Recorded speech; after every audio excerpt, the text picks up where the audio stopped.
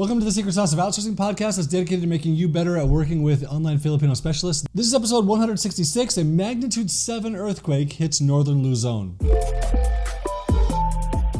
So this is supposed to be a timely news thing, and it's really not timely because I've been behind on my podcast.